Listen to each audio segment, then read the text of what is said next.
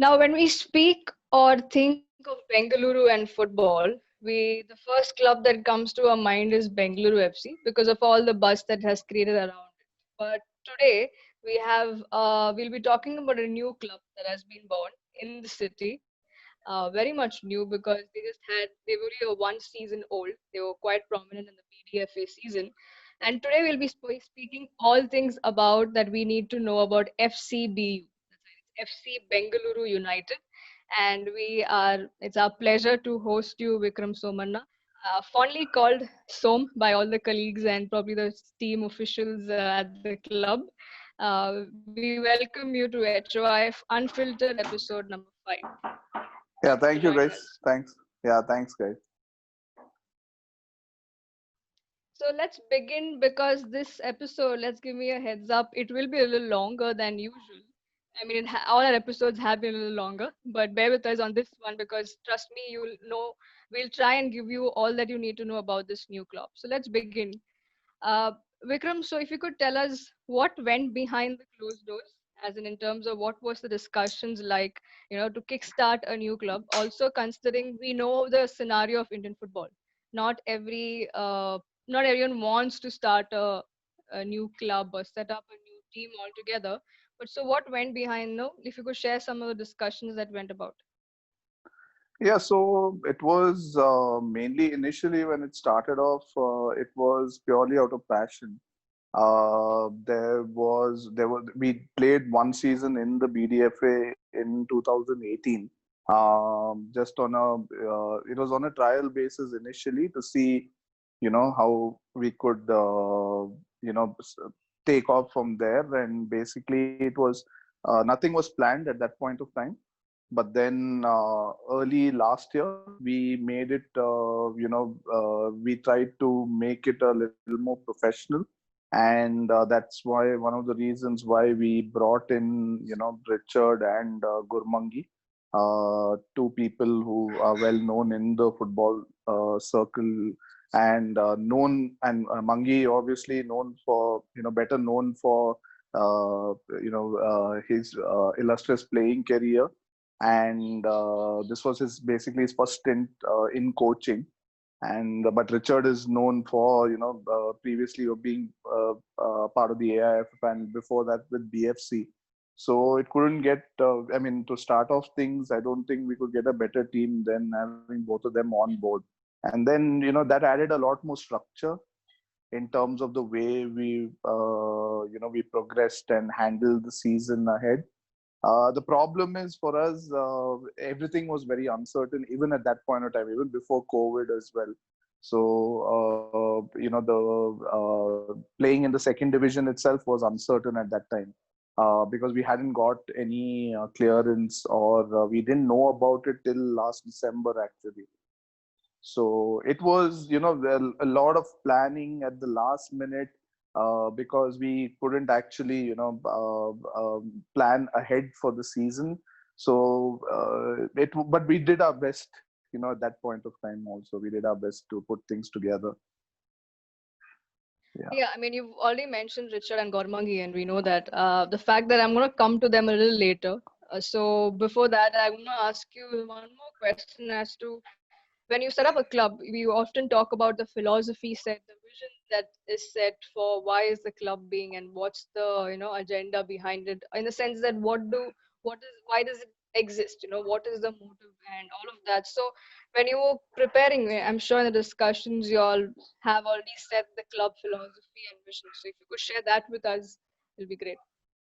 Yeah. So basically, in terms of the philosophy and, basically the whole idea behind setting up the club was one, we wanted to play at the national stage. Now, where that is going to be, that we have, we are quite open to that, but we want to be there, with be a part of the top flight football in the country. That is one of the main objectives of the club. What the philosophy would be also to work with the local talent. That was one of the main objectives of the club. So even in season one, we had quite a few of the local players who were a part of the core squad, and we have taken a lot of them even into in this season as well. So that's going to be the philosophy for the club, that is relying a lot on the local talent. Primarily, a lot of the 15 and 16-year-olds right now. We brought in about four of them, four 16 and 17-year-olds into the team last season. Started off with the BDFA league. Unfortunately, for the second division, we couldn't take them because they were busy with their exams at that time. But the idea would be to develop local talent, and that's why we also started the academy last year in August.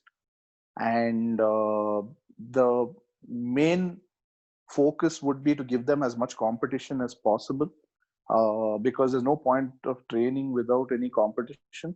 So the core the core objectives and would be around for developing talent through as many competitions that we can participate in. And basically that was the that's the whole idea behind the club.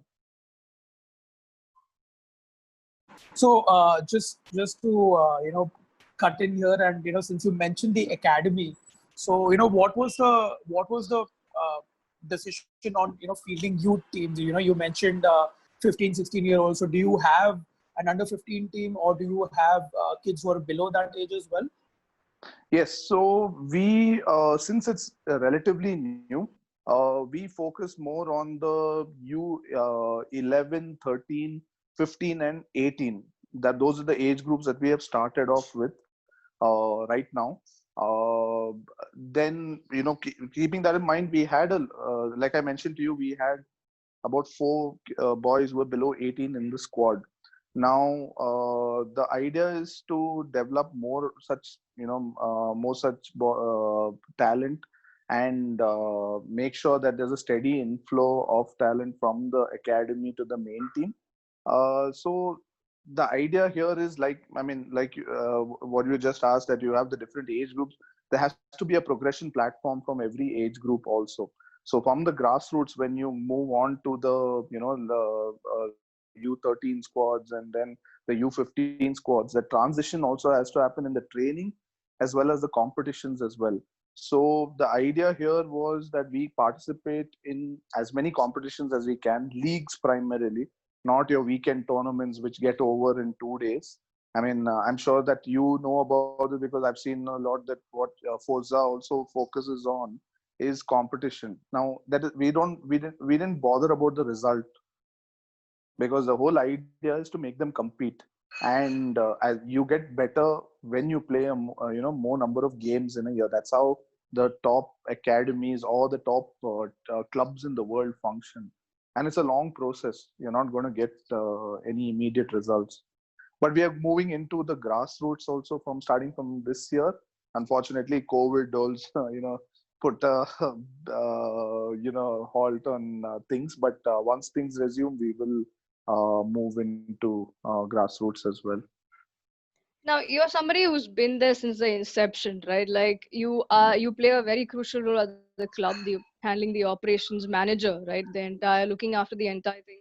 So if you could tell us what was your experience like, because you were part of a club that's began from scratch. So what's it like to be begin a club from scratch? I think the biggest challenge, but when you set up a new club is you have to set up all the processes right from scratch. But that's also the the interesting part, because there's no pressure here in terms of delivering the results immediately. In terms of the academy and the main team, it's going to be a work in progress, and you will be trying out a lot of things till you get things right. And like now, just when you're 1 year old, the COVID situation came about, and that's changed things for everyone, not just us. But then being a 1 year old club, we need to come up with a lot more ways of handling this situation. So for us, the whole idea was putting in the processes. And I think even the owner, Mr. Gaurav Manchanda, is very process and data driven. So the whole project is based on that. That we focus more on the processes and data. So we that is the even in terms of the main team, we focused more on bringing in certain devices where we track the progress of the players on a day-to-day basis. So that helps us to go back and assess things. The same with the academy as well, setting it up from scratch, choosing the people. So one of the things, if you ask me, what I think we did right was we brought in the coaching staff first, and then we brought in the players. I mean, I know this is nothing extraordinary, but a lot of clubs don't do that. They bring in the player selection and the staff selection is not done at the right time. I have seen this with a lot of clubs also, but here we got in the coaching staff first, then they started scouting the players, and that's how we set up the whole team. The same with the academy. We started it off slowly in one location, then gradually moved on, and then we ended up with almost about five. We have on 5 locations in the city right now. So the whole process was thought out. Nothing was being done in a hurry, and it's continuing right now. So that way it is very process driven here. So yeah. Is there a definition of a right team, and how did you guys go about in finding the other members? We would like to know. You mentioned about the coaching staff.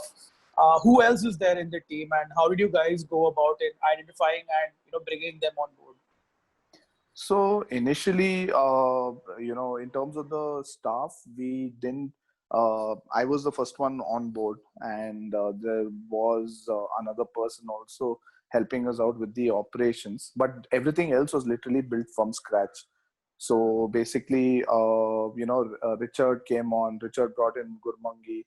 Then he got in most, his other members of his staff. That is the strength and conditioning coach, goalkeeping coach. So basically, there was a certain pattern that we followed in terms of, like, we wanted people. Okay, experience is one thing, but relevant experience. When I talk about relevant experience of working in India, even in India, you have there is so much of that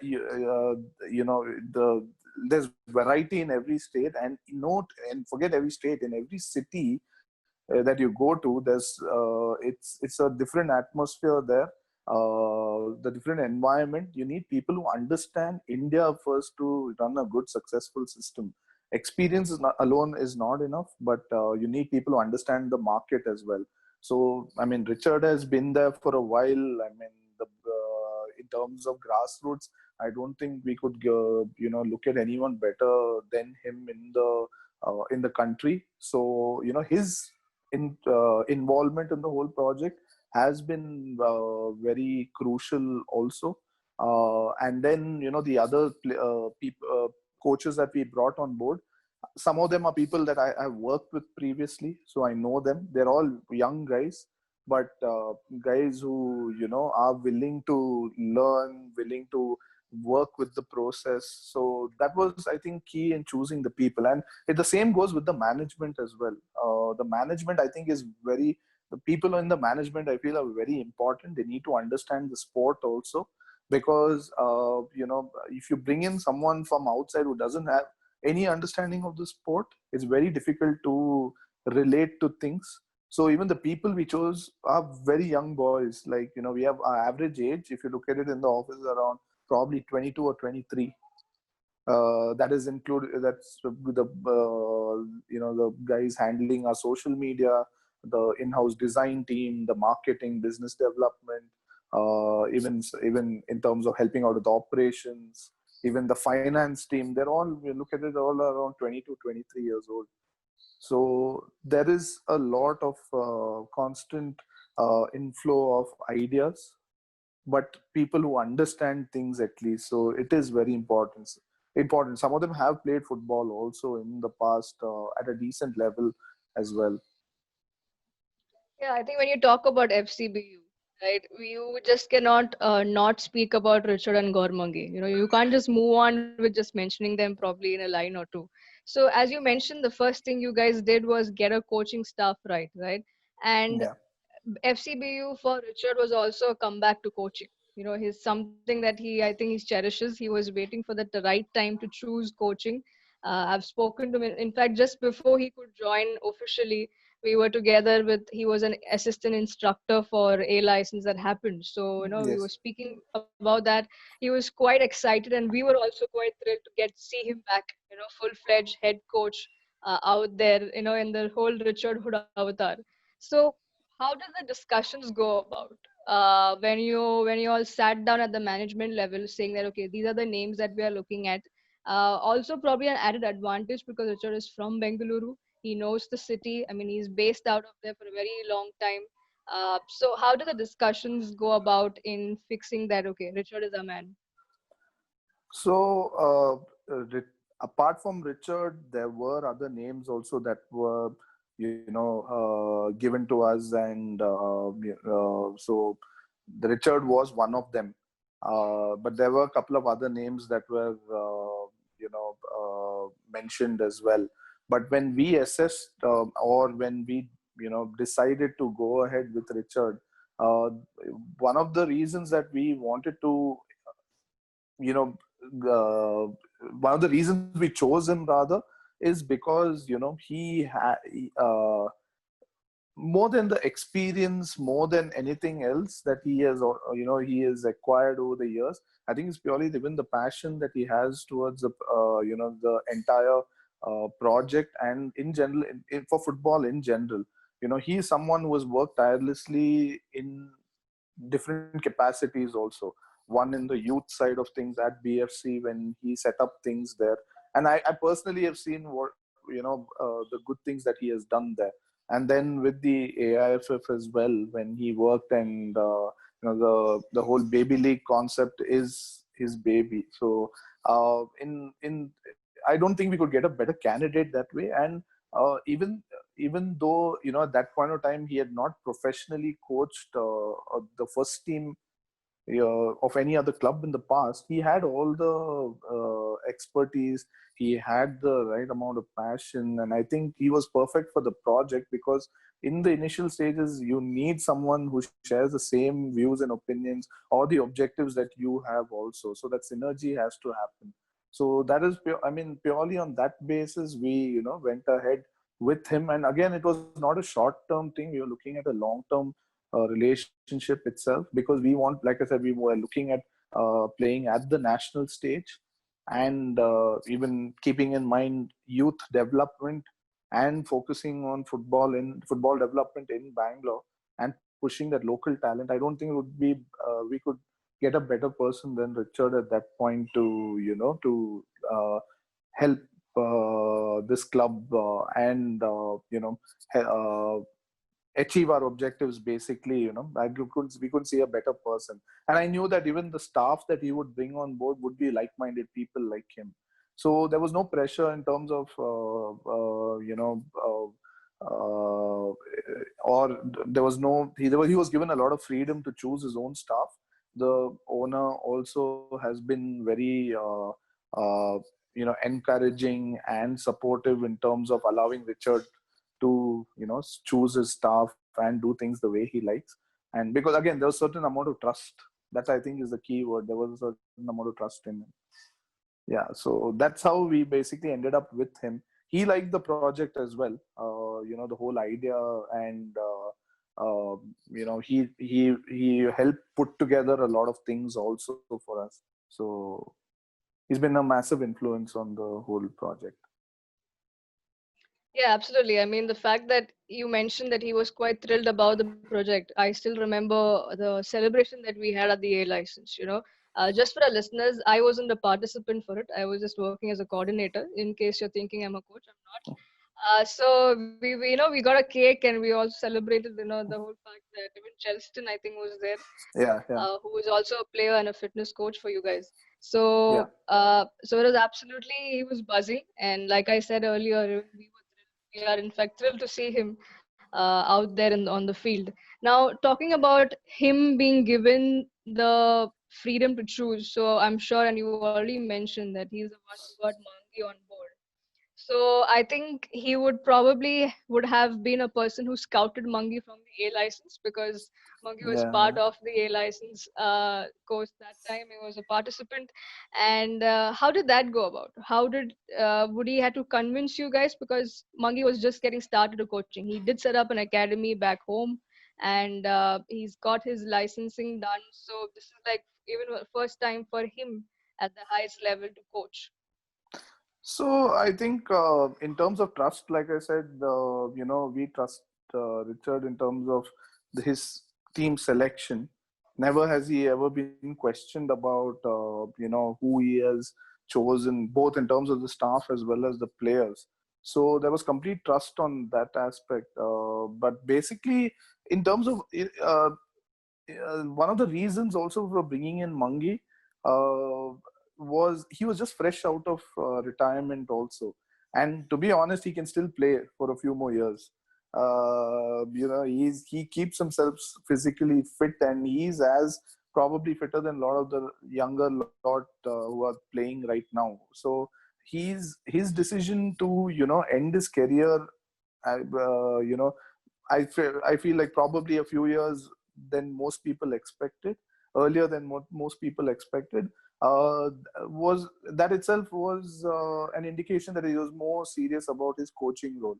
And then when you have a new team like this, your first team coach or the first team coaches or your assistant coach generally becomes also like a mentor in the team, because he'll be working a lot working individually with a lot of players, especially in, like, since Mangi is a defender, he works personally with a lot of the defenders in the team. And what happened was, in the BDFA league, when we chose the team, the first team that we selected were all young boys who were, the average age was around 22.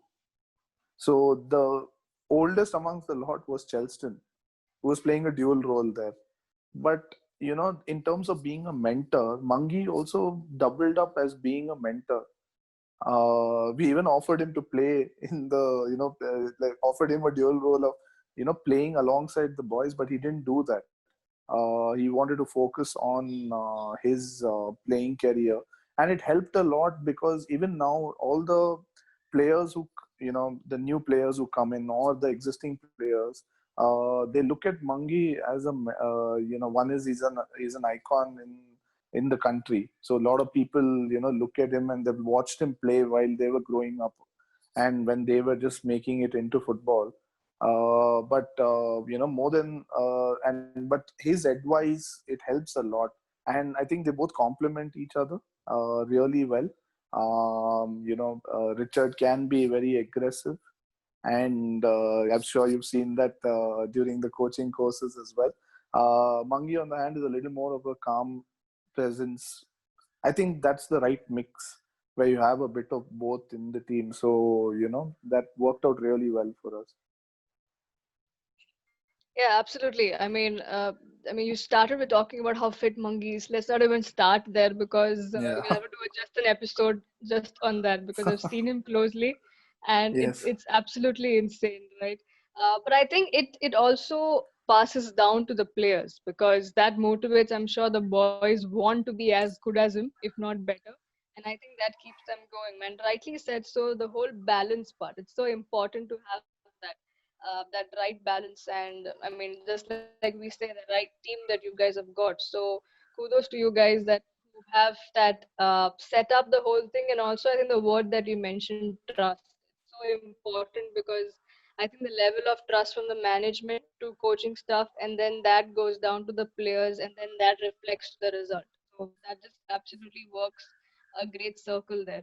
Let's move on to, probably you guys were also in the race to participate in I League, right? So if you could share some updates on that. And a lot of clubs have pulled out because of the current situation and them not being able to field the team or their squad. So if you could tell us more about that. So yeah, I mean, the AIFF announced that there will be a bidding process for for potential new sponsors or team owners to come forward and play in the I League, set up a team for the I League, mainly because you had Mohan Bagan going to the ISL. So we did intend to put in a bid for the I League, but unfortunately they were not accepting. The IFF wasn't accepting any bids from Bangalore. They had mentioned a few cities, they had mentioned a few cities specifically in the bid. But we did even try our luck beyond that also by asking them, can we still put in a bid irrespective of the fact that you have mentioned a few cities there. But unfortunately, they were not looking for another team in Bangalore. So that kind of we didn't pursue that any further because it was clearly mentioned that we could not. But we had everything in place in terms of as you know, the bidding process has a lot of requirements that you need to fulfill. We had all those requirements in place, but then once we knew that we don't stand a chance, we started focusing more on the qualifying tournament. But because as you know, we were part of the second division last season, but because of the COVID crisis, where we couldn't the second division season couldn't be completed, and we were on the verge of making it to the final round. But we couldn't do that, and now they have a qualifying tournament, so we are focusing on that right now because that's the best chance of progressing and making it to the I League. So the owner is very certain of where we want to be, and he basically Gaurav is he's he's hoping that that we do make it through this tournament into the I League. But again, we know that it's going to be a long process, and it's nothing. You're not going to see results immediately. But yeah, I mean, now our efforts are all diverted totally towards the preparations for this tournament. But because of the COVID crisis, again, there we are facing a lot of problems right now, purely in terms of organizing things, and the dates are not certain, the venue is not certain, so bringing in players here, setting up all the other facilities, that's a challenge. I wouldn't be lying. I won't lie to you that it's not. And sitting at home right now and unable to go out and do things, that's basically even adds to the difficulties.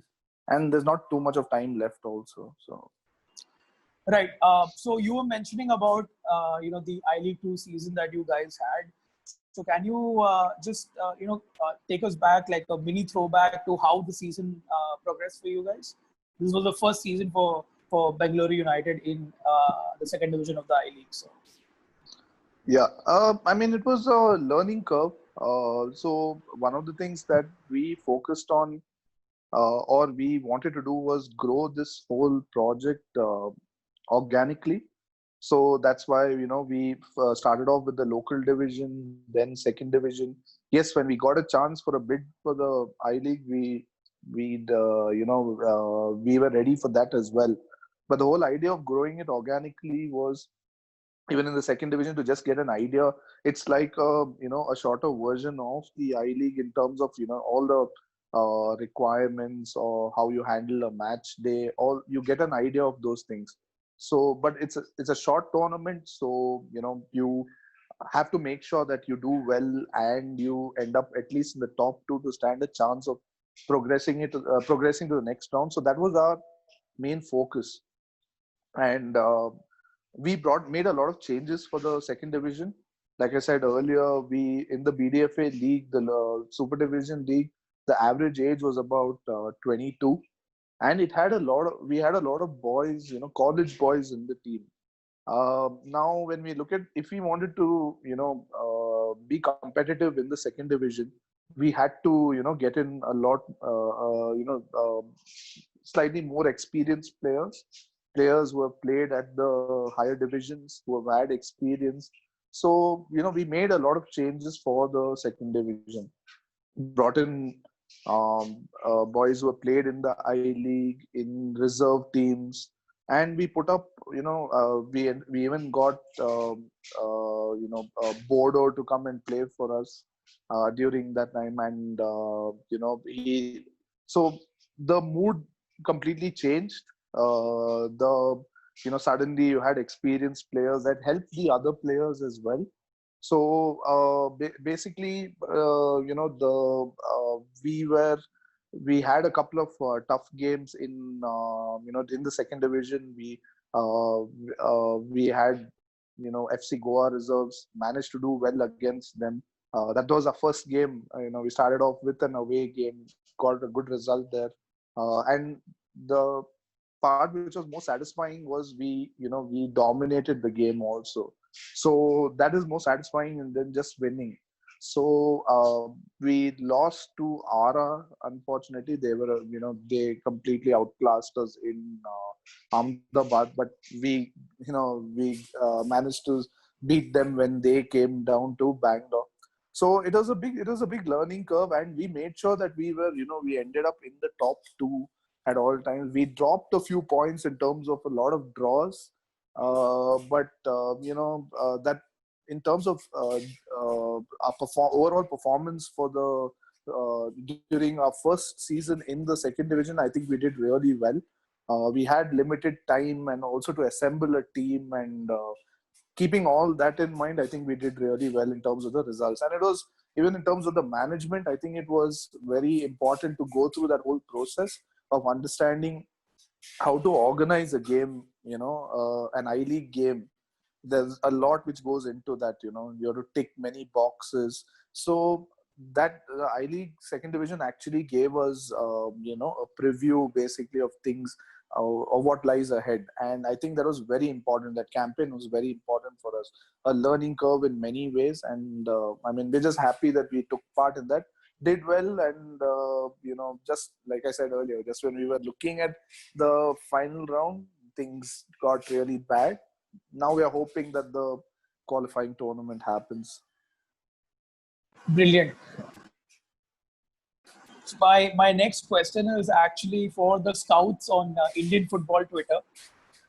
As we all know that we like to know the names of the potential stars coming up through the ranks in Indian football as well as world football, of course. So, who are the names in the current Bangalore United team that we can look out for, and any signings that you guys have made, in terms of the season coming up? In terms of the new names, I think there are a lot of boys that you can look at.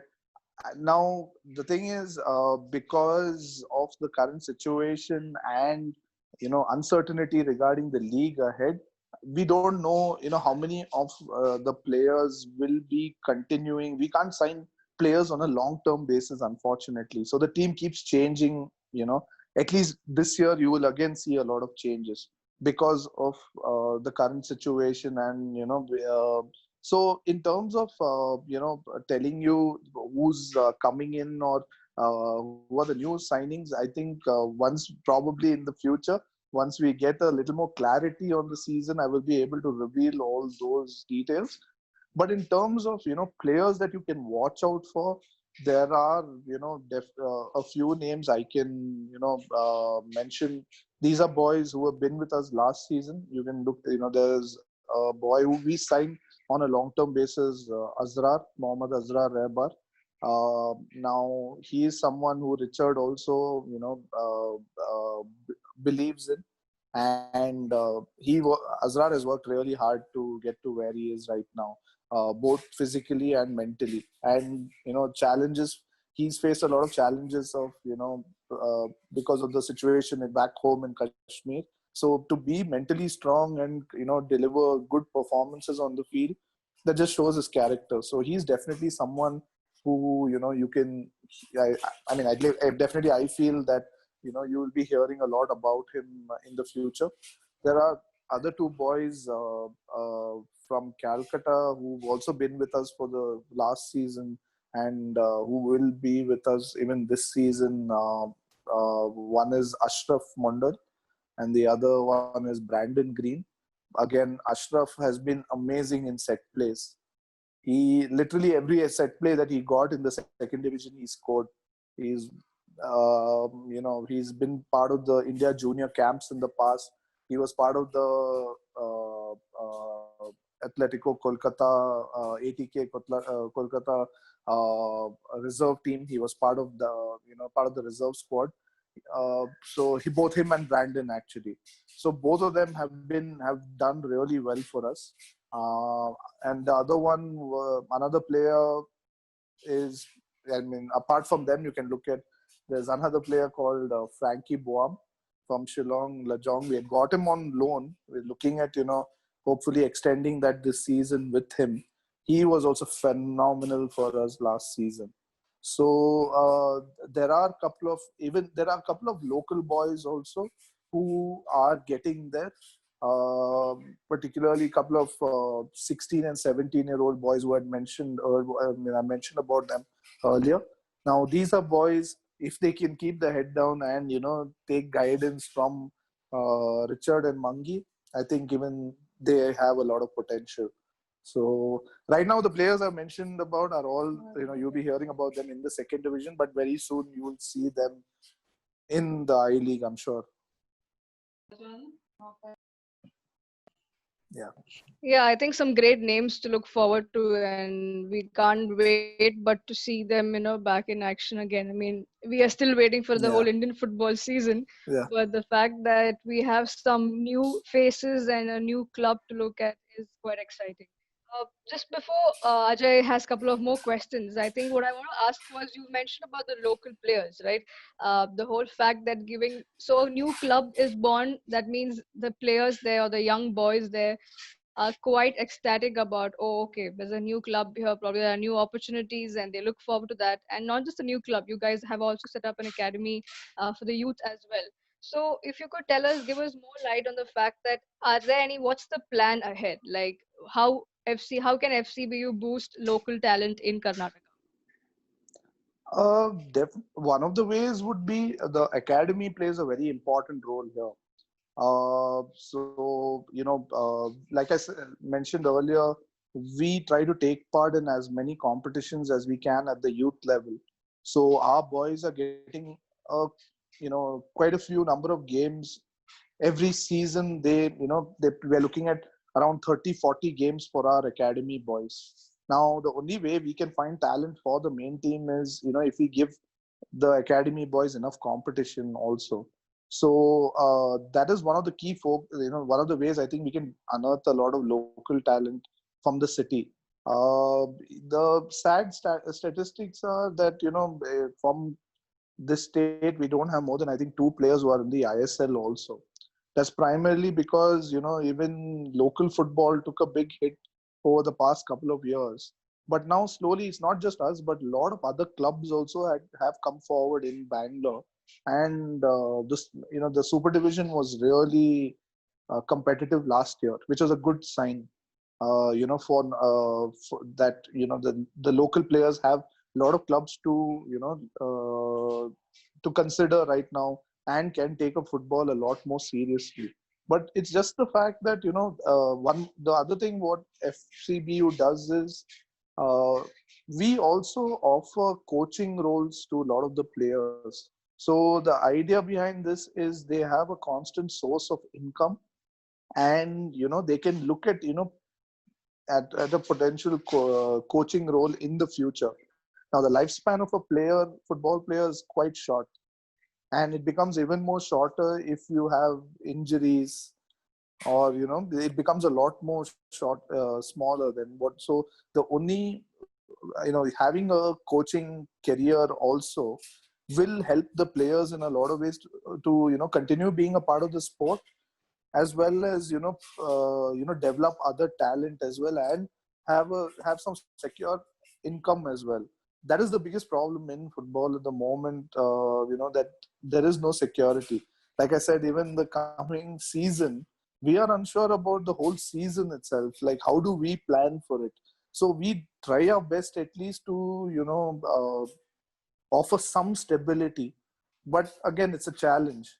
But for the local, I mean, and the local players, it's definitely you're going to be having you're going to have one more club from hopefully in the I League soon. It's going to for us, we want to tap into as much local talent as we can that way, and support as well. So we're trying to bring in as much of essence of Bangalore into the team. And one of the ways of also attracting the crowds, or getting some support, is by having the local talent in the squad. And as a club from the city, I think we need to also contribute to the sport and develop the talent in a way. It's kind of like a responsibility also that we have. And I think we are looking at this very seriously. So hopefully you will see a lot more of the local talent in the senior team also very soon. We have some plans, and we're hoping that things get back to normal soon, and we are able to get back on the field and get to do what we do best, actually. That is not sit at home and we are right now stuck in front of our laptops and phones. We want to be there in front of on the field right now. And I'm sure I mean, Ajay will also agree with me. Sitting at home, and I mean, as much as we love the virtual sessions and other things, I mean, we'd love to be there on the field. Yeah, absolutely. Not just Ajay, even I. I think it's the case with everyone. But you mentioned about the crowd, and you also mentioned about fans being attracted to the fact that there'll be more local lads playing. So I just want to ask you, considering Bengaluru FC, right, has a great fan following for the club, and as well as it's an established club, they've just completed 7 years, and with the trophies among other things, right? So what will or what can is FCBU offering football fans in Karnataka? I think there's room for another, not just us. There's room for other clubs as well in Bangalore, leave alone Karnataka. So but there's more than enough room for more number of clubs also to enter the market. What we can do is, we can offer the crowd some entertaining football, which Richard and Mangi and basically FCBU plans to play football in a certain way. Our game style of play is basically, we try to be as entertaining as possible. Like I said, it's a work in progress, but then we have been getting decent support for our games. One of the ways also, our academy parents have been very encouraging, and a lot of them have been coming for many of the games. But we've been seeing some good crowds in Bangalore also. We're hoping that it just grows. So even in terms of engagement, we have been engaging with the fans, trying to create basically a brand also, not just on the field, but off the field as well.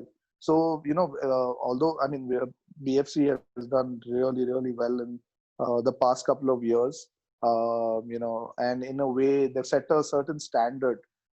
So for us, we'll always be compared to to BFC, and rightfully so. They've achieved, like, they've won so many trophies: the I League, the ISL. They've competed in the AFC Cup. So they set certain benchmarks there that it will take us some time to achieve that, but we are hoping that we are also up there soon, and then the fans get to see Bangalore derby at some point. There is a lot of interest for football in the country. So, I think in Bangalore there is interest for football, and I think if we could get our own set of fans and create a derby at some point, I think that would be something that I mean a lot of people would like to see. So it's a again it's going to take some time to build a certain fan base, but then your work will do all the talking in the end, and I think we will let our work do all the talking. I, for one, can't wait for the Bangalore derby. I mean, it's going to be phenomenal. But just shifting, from the technical side to the commercial aspect of things, as we know that football is a business. So, how have you guys gone about in getting sponsors and brands on board?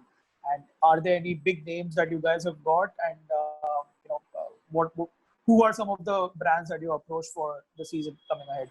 I know the pandemic is there, but Yeah. In terms of sponsors, see, one thing is it is very difficult in football also to get like you said, like the revenue, to earn revenue is very difficult, particularly in Indian football. Now, even in terms of sponsorships also, uh, one of the biggest problems that I see with in Indian football at the moment, people, a lot of them, I'm not talking about some of the bigger clubs, but even I'm talking of mainly some of the old traditional clubs. They rely a lot on sponsorship, or some of the money that is coming in from maybe well-wishers, or even probably some sponsors. But the thing in a sponsorship deal is, it works both ways. You need to also deliver from your end if you want something from the sponsor, which a lot of people don't quite understand. So we've been tying up with a lot of brands. I mean, we've been working with a few brands. Basically, in we've been associated with brands that we relate to, and we feel that there can be a good partnership. So one of them is Organic World. So a lot of the players' food and their snacks and other things come from Organic World. So they've been one of our main sponsors. It's very, I think that partnership has been really good, because we're getting some good quality. The players have been getting some good quality food, which helps in their recovery also after a rigorous training session. So Organic World is one of our sponsors. Then we've also tied up with with MS Sportswear for our kitting. Now again, these are we are looking at, like I said, we are looking at brands. These are brands, a lot of local brands that we have looked at, but in this will help us in terms of reaching out to bigger brands even in the future, because we've got an idea of how to work things out.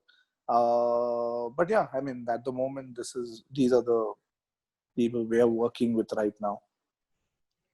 Great. I think that's some great news out there for all of us to know. And this was a great insight to say, probably you took us to a trip to the FCBU camp, right? How the situation is, how are things, and people who are involved, all of this. Finally, to come down, we know, I mean, let's keep the pandemic aside for some time, for especially for this question. What can we expect from FCBU going ahead? And what are any new plans, something coming up soon, or what's the season ahead and what's the journey like? So in the immediate future, we are, like I said, we are planning for the qualifying tournament, because that our prime focus is on that. I mean, we the whole point of getting into the I League second division is like, that is to basically progress upwards. So that's the immediate focus, or in the next 2 months at least. We have yet to get any confirmation. So, we are working towards it from our end, and we're hoping it will happen. But apart from that, we are looking at setting up our own infrastructure also in the future. That is something which is important for, as a club. I think we also need to own our own infrastructure. So that is part of the plans, in maybe in the coming year or so. We will be looking at that. But Yeah, I mean, at the moment, I would say that, we are hoping that we make it to the national stage, and we as of now, people have there has been some awareness about us over the past year, but then we know that we have to be there amongst the best teams and compete amongst the best to make a name for ourselves also. So that is the prime focus, and then apart from that, it would be the academy structure, to get it. Now that we've finished about a year, in August we'll finish a year with the academy. The idea is to grow that. Like I mentioned earlier, we're looking at even grassroots. So it'll be also about getting involved in the whole footballing ecosystem, that is creating our own leagues, tournaments, mainly even baby leagues. We want to get into that because if we want to discover local talent, we have to get a lot of engagement from there has to be mass engagement. So that is one, the basically the plan, hopefully for 2021. So the sooner things open out, we will be able to get to work and hopefully achieve all these objectives also. So yeah, those are the plans right now. Well, great. I mean, thank you so much for taking us on a journey with FCBU and giving us an insight. And we are happy to have you. So things that we as fans or everybody out there in the Indian football can look forward to, one is a coaching staff being led by this duo of Richard and Gormangi, which is really exciting. I mean, that itself is quite exciting. And also looking forward to a Karnataka derby or a Bengaluru derby, as we mentioned. So that'll be like something amazing. Probably we can finally shift focus to from Calcutta derbies to many more derbies that's there in our country. So looking forward to a great season, not just a season. Wishing you all the best for everything that's ahead of you, from the club and the players and the entire season. Right? Wishes from our end as well. Thank you so much, Vikram Somana, for taking us through this journey and for giving us insights and for being part of the show, from taking time from your busy schedule. Thank you so much. We had great fun talking Thank to you, you. thank you. Yeah, thank you, Siju. Thank you, Ajay. Thank you guys for having me here, and basically giving us a platform also to express certain things. Uh, I mean, we'll hopefully be able to meet you guys in person once the pandemic is over. For sure, So for sure. I yeah, mean, we actually kept on coming to Bangalore. One is to work with Preetham and guys at Rebels. So had the pandemic not been there, we were thinking of sending our under 13 team over there for a week or so. But yeah, it has just ruined all the plans. Like our summer camp, everything has gone for a toss now. So so you have one more probably contact now. So probably 100%. when In you fact, guys, you won't yeah, believe, when we were there, we met Richard for 10 minutes and he gave us insight from, the Italian prisoners teaching, the yeah, yeah, locals yeah, football in yeah, Bangalore yeah. Yes. to everything, to baby leagues, to everything. So yeah, it was just amazing, like 10, 15 minutes. And, he gave so much of insight. So for sure, we'll be dropping in, to meet you guys next time with her.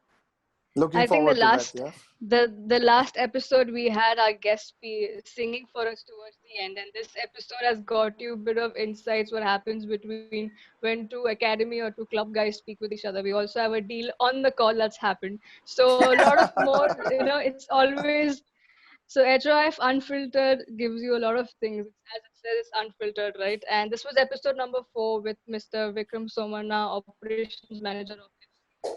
Once again, to all our listeners, thank you so much for tuning in. Like, share, subscribe to our YouTube channel, follow us on Twitter, Instagram, and Facebook.